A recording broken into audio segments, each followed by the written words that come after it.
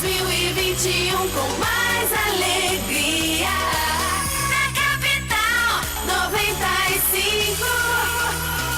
Capital, meio-dia, com Joel Silva. Eduardo Carmucho, fala pra gente aí, né, por que as empresas, né, devem focar em não tornar-se obsoletas?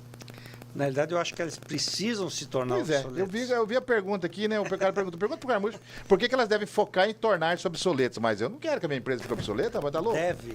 Mas como, Eduardo? Eu vou te explicar o porquê da dinâmica disso. Eu vou aqui no Google, obsoleta, vem de obsoletos, que significa uma coisa parada, atrasada, não é isso? Exatamente. Quando eu digo o seguinte, ela deve se tornar obsoleta, eu quero dizer o seguinte, eu acredito muito num adágio fundamental que se aplica tanto a nível pessoal quanto a nível empresarial. Cresça ou desapareça. Então, se você não estiver constantemente crescendo em termos de empresa, em termos de pessoas, em termos de organização, você vai literalmente desaparecer. Seja por vontade própria ou seus concorrentes vão fazer com que você desapareça. Então, quando eu falo em tornar sua empresa obsoleta, você deve ter uma busca constante pela inovação. Deve ser um apaixonado em querer inovar, em querer melhorar os teus processos, tua dinâmica, tudo o que acontece em termos da sua empresa. E por isso que eu falo que você deve se tornar obsoleto. Você nunca deve aceitar o status quo, deve sempre melhorar o que você está fazendo. Eu tenho um adágio muito simples, não existe nada tão bom que não possa ser melhorado. Na outra vez que você veio aqui, na quinta passada, você falou que da importância de transformar um vendedor em um consultor de vendas. Mas tem gente que ficou meio que na dúvida. Dá para você explicar melhor esse conceito? Sim. O que acontece é o seguinte, eu vou te dar um exemplo para ficar mais claro. Imagina o seguinte, que você é um pai buscando comprar a primeira bicicleta para o seu filho, tá? E você é um pai, digamos, tem uma condição financeira muito boa. Se eu sou um vendedor e eu sei que você tem uma condição financeira muito boa, eu vou te oferecer a melhor bicicleta que eu tenho na minha loja ou a mais simples para o seu filho? Qual das duas você ofereceria? O vendedor tem que oferecer a mais cara, eu acho. Então, esse é o conceito que eu estou falando para você. Quando você é um consultor de venda, você, entre aspas, entra na roupa do cliente. Você tem uma sintonia muito grande com o cliente.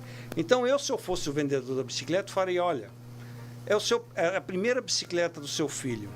Ele provavelmente vai cair, vai tomar tombos e não sei o quê. Vamos fazer o seguinte, eu prefiro que você compre a minha bicicleta mais simples que eu tenho aqui, para que ele aprenda a andar de bicicleta, e daqui a um certo tempo, quando ele tiver metrizado andar de bicicleta, você pode voltar aqui que eu vou te vender a bicicleta mais sofisticada ou a melhor que eu tenho aqui na loja. Você fideliza o cara fica... Mas né? é lógico.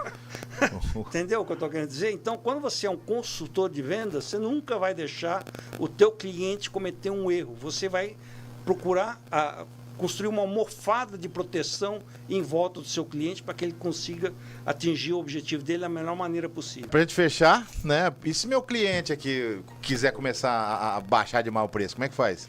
Então, o que acontece é o seguinte, via de regra geral, a maior parte das empresas, principalmente nas pequenas, nas médias empresas, estão sendo conduzidas por uma única estratégia, que é baixar preço.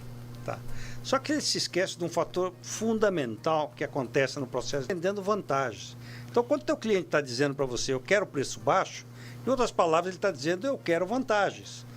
Ora, e o que acontece? Quando o empresário começa a cortar preço, a primeira vítima dessa história toda é o próprio empresário. Por quê? Vamos supor que ele está vendendo um produto a 150 e o custo dele foi R$100. Ele resolve passar o preço para 125. O que aconteceu? Agora ele precisa vender o dobro de itens para ficar onde ele já estava. Não é nem para avançar meio metro, é para ficar onde ele já estava. Então, por que fazer esse nonsense aí? Você deve agregar outros valores, outros produtos para a sua oferta, para realmente fazer uma oferta irresistível para o seu cliente. Não só ficar cortando o preço. Pense em como adicionar mais valores, mais benefícios para o seu cliente. Aí você vai ter uma resposta realmente extraordinária do seu cliente e do seu mercado. Obrigado pela participação mais uma vez. O pessoal está perguntando mesmo, hein? Obrigado, Eduardo. Até a próxima quinta-feira. Até a próxima quinta.